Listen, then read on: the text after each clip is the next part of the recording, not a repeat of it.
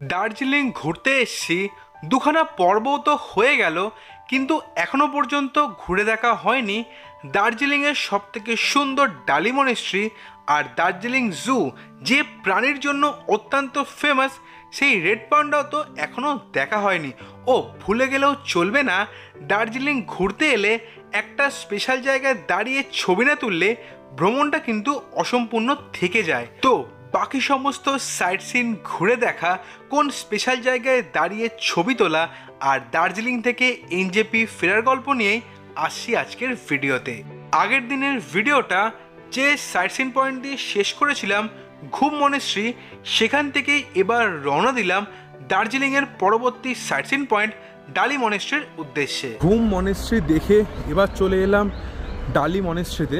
এখানে ওই টিকিট কাটতে হবে 20 টাকা দিয়ে। এখানে একটা মিউজিয়াম আছে আর একটা মন্দির আছে। তো প্রথমে যাব হচ্ছে মিউজিয়ামে, কারণ মিউজিয়াম বন্ধ হয়ে যায় 11:30টার সময়। তো চলো, দু জায়গার ভেতরে কিন্তু ফটোগ্রাফি ভিডিওগ্রাফি অ্যালাউ না, তোমাদের আমি বাইরে দিয়ে দেখিয়ে দেবো। তারপরে তোমরা যখন ঘুরতে আসবে ভেতরে ঢুকে ভেতরে কি আছে দেখে নিও। 20 টাকা দিয়ে টিকিট কেটে চলে তো এলাম ডালি মনেস্ট্রির ভেতরে। মনেস্ট্রি তো এখনো যায়নি, প্রথমেই চলে যাচ্ছি মিউজিয়ামটা ভালো করে ঘুরে দেখার জন্য। আর মিউজিয়ামের ভেতরে কিন্তু ফটোগ্রাফি ভিডিওগ্রাফি কিছুই অ্যালাউ নেই। এই সাইডটা হচ্ছে মিউজিয়াম, আর মিউজিয়ামের পাশে একটা ক্যাফে আছে। এখানে তোমরা বিভিন্ন রকম বুদ্ধিস্ট জিনিস পেয়ে যাবে, যেমন তোমার ফ্ল্যাগ পেয়ে যাবে, ব্রেসলেট পেয়ে যাবে। এখানে তোমরা বার্গেনিং করে অবশ্যই কিনতে পারো বা এখান থেকে কফিও খেতে পারো। আর মনেস্ট্রিটা হচ্ছে এই সাইডটায়। তো আমার মিউজিয়াম দেখা হয়ে গেছে, তো চলো এবার মনেস্ট্রির দিকে যাওয়া যাক। মিউজিয়াম তো আমার ঘুরে দেখা কমপ্লিট। এবার আমি রওনা দিচ্ছি যেই জন্য এই জায়গায় আসা, ডালি মনেস্ট্রির মুখ্য যে মন্দিরটা আছে সেটা ভালো করে ঘুরে দেখার জন্য। যাওয়ার পথেই পড়বে এই ছোট্ট মন্দিরটি।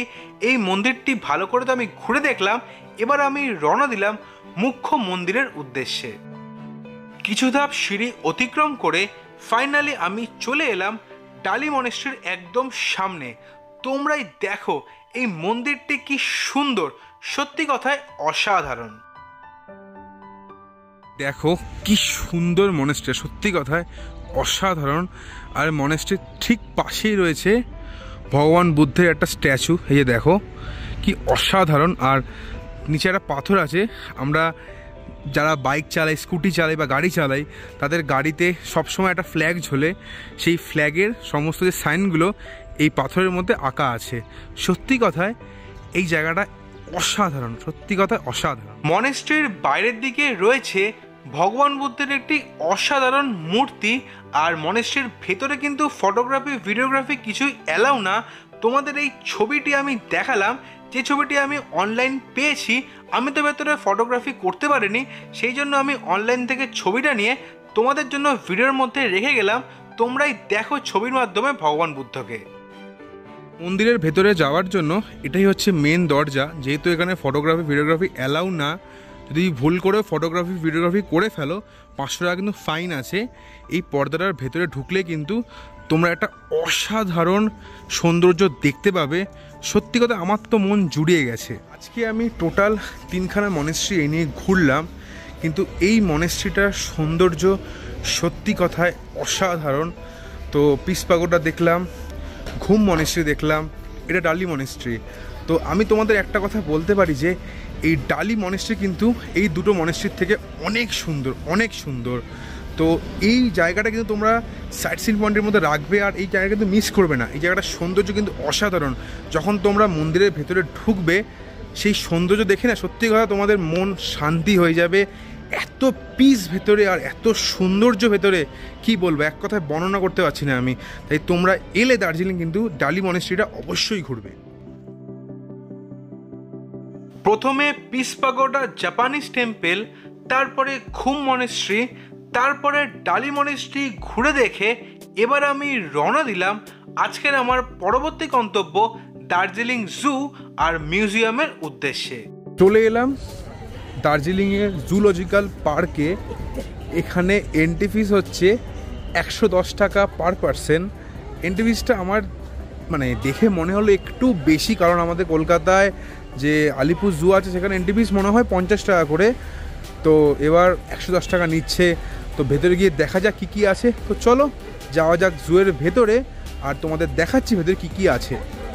জুয়ের ভেতরে ঢুকেই দেখতে পেলাম এই ম্যাপটা, সঙ্গে সঙ্গে ছবি তুলে নিলাম, কারণ এই ম্যাপ দেখেই ঘুরে দেখব আজকে আমি পুরো দার্জিলিং জুটা।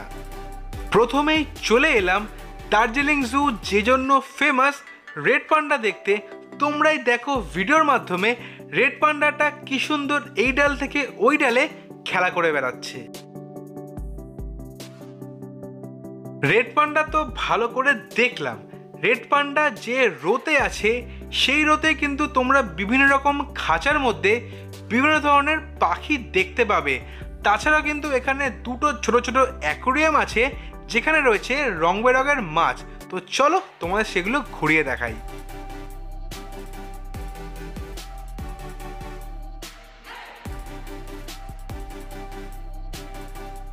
জুয়ের একটা সাইড ভালো করে দেখে এবার আমি রওনা দিচ্ছি মিউজিয়ামের উদ্দেশ্যে।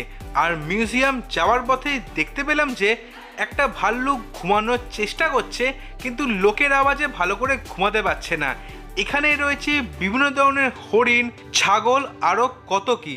প্রত্যেকটি জীবজন্তুর খাঁচার সামনে একটা করে বোর্ড আছে, যেই বোর্ডে সেই জীবজন্তুর সম্বন্ধে সম্পূর্ণ ডিটেলস দেওয়া আছে। তোমরা যে অ্যাক্টিভিটিসগুলো এখন ভিডিওতে দেখতে পাচ্ছ এগুলো কিন্তু যেখানে মিউজিয়াম আছে ওই জায়গাতে হয়। তোমরা চাইলে কিন্তু এই অ্যাক্টিভিটিসগুলো করে দেখতে পারো, আর এর খরচা কিন্তু জুয়ের এন্ট্রি ফিজের মধ্যে কিন্তু ইনক্লুড থাকে না। আবার কিছু ধাপ সিঁড়ি অতিক্রম করে চলে এলাম এই জুয়ের ভেতরে থাকা মিউজিয়ামে। আর এই মিউজিয়ামের ভেতরে কিন্তু ফটোগ্রাফি, ভিডিওগ্রাফি কিছুই অ্যালাউ না। তাই আমি ট্রাইপড আর ফোন পকেটে রেখে রওনা দিলাম মিউজিয়ামের ভেতর দিকে। আর এই মিউজিয়াম থেকে বেরিয়ে দেখতে পেলাম বিখ্যাত পর্বতারোহী তেনজিং নর্গের একটি মূর্তি। আর তোমাদের তো এখনো বলা হয়নি যে এই মিউজিয়াম বা জুটা কিন্তু বৃহস্পতিবার বন্ধ থাকে। মিউজিয়াম তো ঘুরে দেখা কমপ্লিট। এবার চলো দেখে নিই এই জুতে থাকা কিছু ওয়াইল্ড অ্যানিমেল।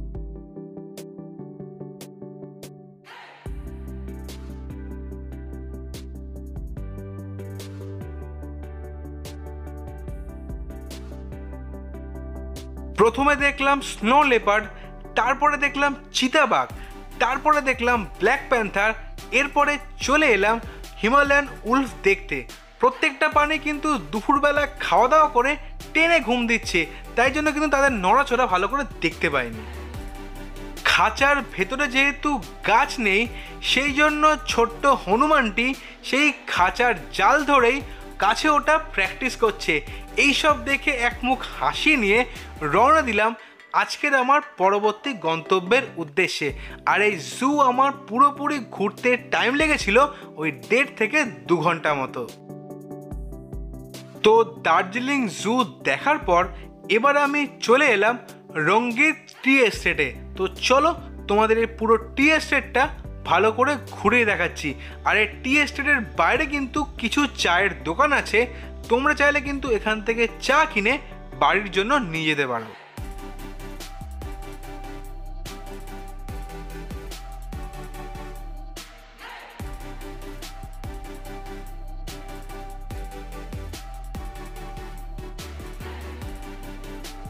রঙ্গিত টি এস্টেট তো ভালো করে ঘুরে দেখলাম, আর ভিডিওর মাধ্যমে তো তোমাদেরকে সেটা দেখালাম।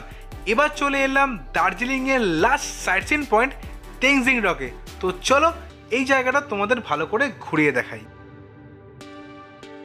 ভিডিওতে তোমরা যে পাথর টাইপের বা টিলা টাইপের জায়গাটি দেখতে পাচ্ছ এটাই হচ্ছে তেনজিং রক। আর তোমরা তো ভিডিওতে দেখতে পাচ্ছ যে কিছু লোক এখানে রক ক্লাইম্বিংও করছে।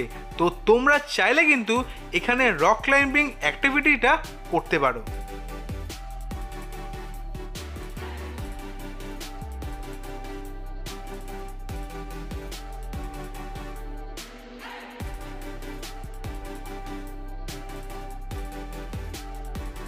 সকালবেলা ওই অলমোস্ট 4টের কাছাকাছি বেরিয়েছি সাইট করতে, এখন অলমোস্ট 3টে বাজে। তো অলমোস্ট 11 ঘন্টার কাছাকাছি সাইট সিন করলাম। আর সমস্ত পয়েন্টই ঘুরে দেখলাম। আর তেনজিং রক দিয়েই আজকের কি মানে দার্জিলিংয়ের সাইট সিন আমি শেষ করলাম। আর যে দাদার সাথে সাইট সিন করলাম রাজীবদার ফোন নাম্বার আমি স্ক্রিনে আর ডেসক্রিপশনে দিয়ে দেবো। আগের দিনের ভিডিওতে যে সাইট সিনগুলো আমি দেখিয়েছিলাম আর আজকের ভিডিওতে আমি যে সাইট সিনগুলো তোমাদের দেখালাম, আমার সাইট সিন করতে টোটাল খরচা পড়েছিল ৩,৫০০ টাকা। আর সিজন টাইমে কিন্তু এই খরচাটা কিছুটা বাড়তে পারে। দার্জিলিংয়ের সমস্ত সাইট সিন কমপ্লিট করে আবারও চলে এলাম মহাকাল রেস্টুরেন্টে। আর সেখান থেকে অর্ডার করে দিয়েছিলাম ১৭০ টাকা পার প্লেট করে কাতলা থালি। তারপরে সেই কাতলা থালি দিয়ে ভালো করে দুপুরের পেট পুজো করে একটু রেস্ট নিয়ে আবারও বিকেলবেলা বেরিয়ে পড়লাম ম্যাল রোডটা ভালো করে ঘুরে দেখার জন্য। প্রথমেই চলে এলাম গ্লেনারিসে, আর এটি হচ্ছে দার্জিলিংয়ের সবথেকে পপুলার বেকারি শপ।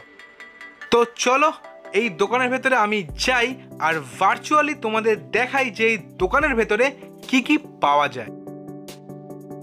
তোমাদের তো আমি ভিডিওর ইন্ট্রোতেই বললাম যে এই দোকানের সামনে ছবি একটা না তুলে সোশ্যাল মিডিয়াতে পোস্ট না করতে পারলে মনে হয় যেন দার্জিলিং ট্যুরটা অসম্পূর্ণ থেকে গেল।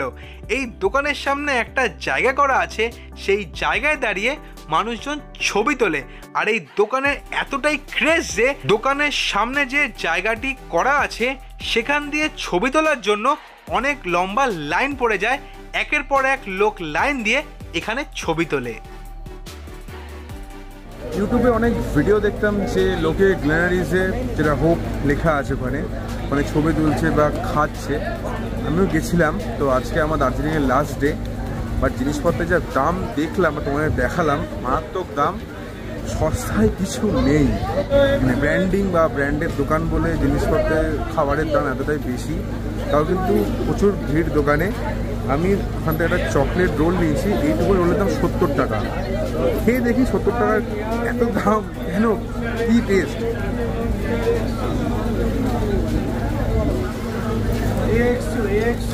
আমরা যেমন বা কলকাতায় বা ছোটোবেলায় যেমন খেয়েছি ৫ টাকা 10 টাকা যে ক্রিম রোল হয় যেগুলো পাওয়া যায়, এখন দাম বেড়েছে হয় অবশ্যই, সেরকম খেতে জাস্ট ওপরে একটা চকলেটের লেয়ার দেওয়া আছে আর ভেতরে ভ্যানিলা দেওয়া আছে।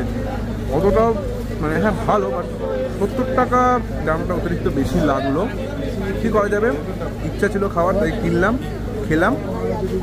চলো এবার ম্যাল রোডটা ভালো করে ঘুরে দেখছি, আর যদি কিছু কেনার হয় সেটাও কিনবো। তো চল যাওয়া যাক। সমস্ত ভ্রমণপ্রিয় মানুষের মতো আমিও গ্লেনারিসের সামনে ছবি তুললাম আর সেখান থেকে ৮০ টাকা দিয়ে একটা চকলেট রোল খেয়ে চলে এলাম ম্যাল মার্কেটে। কারণ এইবারে দার্জিলিং ভ্রমণে আজকে আমার লাস্ট ডে, সেই জন্য একটা জ্যাকেট কিনতে চলে এলাম এইখানে। তো চলো একটু বার্গেনিং করে কিনে নিই একটা জ্যাকেট।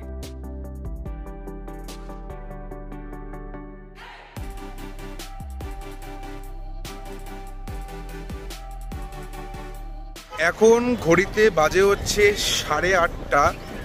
ম্যাল রোডে তো এসছি আর ভালোই হাওয়া দিচ্ছে। কিছুক্ষণ আগে বৃষ্টিও হয়ে গেল, আশা করছি আবারও বৃষ্টি হবে। তাই বৃষ্টি হওয়ার আগেই তাড়াতাড়ি, কালকে আমি বলেছিলাম আমি আমার জন্য একটা জ্যাকেট কিনে এনেছি। এখানে জ্যাকেটটার দাম চাইছিল ১৮০০ টাকা, আমি অনেক বার্গেনিং করে নিলাম হচ্ছে ১২০০ টাকায়। তো ৬০০ টাকা কমিয়েছি। তো অবশ্যই তোমরা যদি এখান থেকে কিনতে চাও বার্গেনিংটা করে নেবে আর কোয়ালিটিটা একটু দেখে নেবে, কারণ ছেঁড়া ফাটা থাকলে তো চেঞ্জ করতে পারবে না। সো কোয়ালিটিটা দেখে বার্গেনিং করে অবশ্যই কিন্তু এখান থেকে কিছু জিনিস তোমরা কিনতে পারো, শীতের পোশাক। এইবারের দার্জিলিং ভ্রমণে লাস্টবারের মতো মল রোডটা তো ভালো করে ঘুরে দেখলাম আর সেখান থেকে কিনে নিলাম একটা জ্যাকেট। রাত্রি অনেকটা হচ্ছিল, পেটে ছুঁচো দৌড়াচ্ছিল, তাই আবার চলে এলাম মহাকাল রেস্টুরেন্টে। তোমাদের তো কালকে বলেছিলামই যে মহাকালের স্পেশাল ননভেজ থালিটা আজকে খাবো, কালকে ভেজ খেয়েছিলাম। তো থালিটা এসে গেছে, তোমাদের দেখাচ্ছি এই থালিতে কি কি আছে, কিরকম কি দাম সবই তোমাদের বলছি। এই যে থালিটা দেখতে হচ্ছে কত বড় থালি। এবার খাবারগুলো বলছি: চিকেন কষা, লাচ্ছা পরোটা, ডাল ফ্রাই, স্যালাড, জিরা রাইস, আলু ভাজা, এটা মানে কুমড়ো বা বেগুন ভাজা, পায়েস, চাটনি, 2 রকম সবজি, এটা হচ্ছে এগ বা চিকেন চাউমিন, একটা চিলি চিকেন। এই পুরো থালিটার দাম হচ্ছে 350 টাকা। এটা খেয়ে তোমাদের বলছি বেরিয়ে যে টেস্ট কেমন। গুড মর্নিং সবাইকে। আজকে দার্জিলিংয়ে আমার লাস্ট ডে। এখান থেকে কিছুক্ষণ বাদেই বেরিয়ে যাব। কালকে মহাকাল রেস্টুরেন্ট থেকে খেয়ে দিয়ে এসে শরীর এত টায়ার্ড হয়ে গেছিলো সারাদিনে সেই সাইট সিন করার জার্নিতে, আর কিছু ভিডিও করতে পারিনি। কালকে রাত্রেবেলা সে ঘুমিয়ে পড়েছিলাম, তাই আজকে খাবার রিভিউটা দিচ্ছি। কালকে তো আমি তোমাদেরকে বলেছিলাম যে মহাকাল স্পেশাল ননভেজ থালিটা খেয়েছিলাম, 350 টাকা দাম ছিল। থালিটার টেস্ট কিন্তু মানে থালির কি ফুডের টেস্ট কিন্তু অসাধারণ ছিল। আর যা কোয়ান্টিটি ছিল, আমি আর আমার মা দুজনে কিন্তু সাফিসিয়েন্টভাবে খেতে পেরেছি, পেট পুরো ভরে গেছিলো। আর ওখানে 2 রকম চিকেন ছিল, 2টো পরোটা ছিল, চাউমিন ছিল, চিকেন চাউমিন ছিল, খুবই সুন্দর খেতে। তো আমি রেকমেন্ড করব যে তোমরা দার্জিলিং এলে এই মহাকাল রেস্টুরেন্ট থেকে অবশ্যই কিন্তু একবার খেয়ে দেখো। আর এই স্পেশালি এই মহাকাল স্পেশাল ভেজ বা ননভেজ থালিটা অবশ্যই ট্রাই করে দেখো। আর আজকে সকালবেলা উঠে দেখতে পেয়েছি সূর্য দেবতা প্রকট হয়েছে, আর বাইরে থেকে একটা ভালো ভিউ দেখতে পেয়েছি আমি। চলো সেটা তোমাদেরকে দেখাচ্ছি। ভিউটার কথা বললাম, এটা আমার হোটেলের রুমের জানলা দিয়ে দেখতে পাচ্ছি। দেখো ওদিকটা দেখো কি সুন্দর মেঘ ভেসে বেড়াচ্ছে, অল্প অল্প পাহাড়ও দেখা যাচ্ছে। আর এই সাইড দিয়ে পুরো দার্জিলিং শহরটা দেখা যাচ্ছে, পুরোটা না অনেকটা অংশই দেখা যাচ্ছে। কি সুন্দর লাগছে দেখো, সত্যি কথা। আজকে একটু সূর্য দেবতা চোখ মেলে তাকিয়েছে, সেই জন্য কি সুন্দর লাগছে এই জায়গাটা। অসাধারণ অসাধারণ।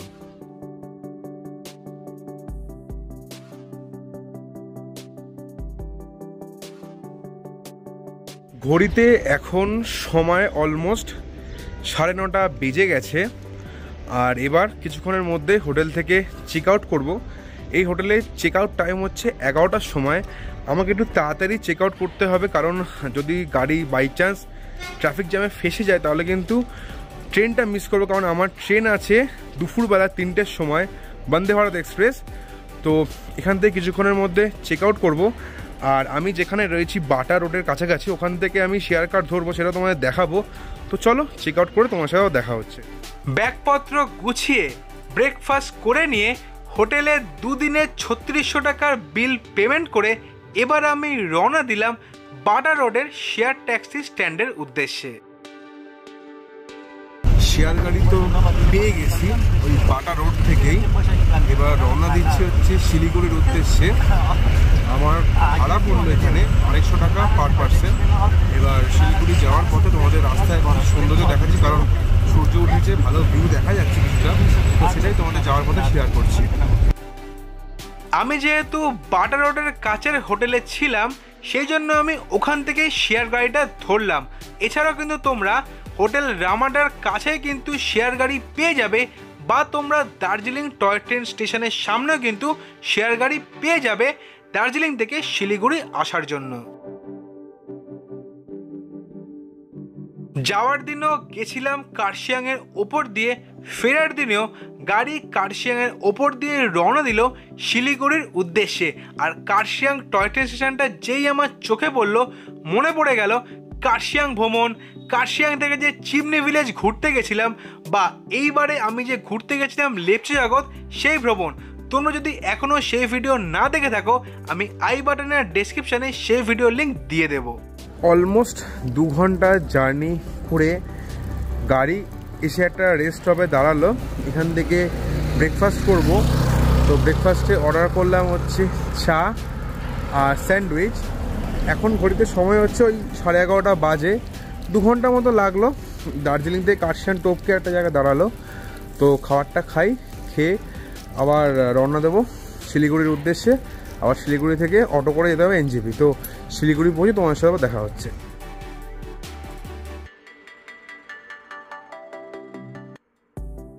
অলমোস্ট 3.5 থেকে 4 ঘন্টা শেয়ার গাড়ি জার্নি করে গাড়ি আমাদের নামিয়ে দিল শিলিগুড়িতে। কোথায় ছিলাম ঠান্ডার জায়গায়, আবারও চলে এলাম গরমের জায়গায়। দার্জিলিং থেকে শিলিগুড়ি আসতে আমার খরচা পড়েছিল 250 টাকা পার পার্সন। আর শিলিগুড়িতে নেমে একটা টোটো করে রওনা দিলাম এনজেপির উদ্দেশ্যে। টোটো ভাড়া পড়লো আমার 50 টাকা পার পার্সন। শিলিগুড়ি থেকে অলমোস্ট 20 থেকে 25 মিনিটের টোটো জার্নি করে চলে এলাম এনজেপি স্টেশনে আর রওনা দিলাম এনজেপি স্টেশনের 1 নম্বর প্ল্যাটফর্মে, কারণ 1 নম্বর প্ল্যাটফর্মে আসবে আমার এনজেপি থেকে কলকাতা যাওয়ার ট্রেন। তো আজকের ভিডিওটা আমি এখানেই শেষ করলাম। তোমাদের এই ভিডিওটা কেমন লাগলো অবশ্যই কিন্তু কমেন্ট করে জানাবে, আর যদি ভিডিওটা ভালো লেগে থাকে অবশ্যই কিন্তু ভিডিওতে লাইক করবে আর চ্যানেলটা কিন্তু অবশ্যই সাবস্ক্রাইব করবে। তো আজকের ভিডিওটা এখানেই শেষ করলাম। পরের সপ্তাহের ভিডিওতে তোমাদের সাথে আবার দেখা হচ্ছে নতুন একটা ট্রেন জার্নি নিয়ে। ততদিন তোমরা সবাই ভালো থেকো, stay safe, stay happy, good bye.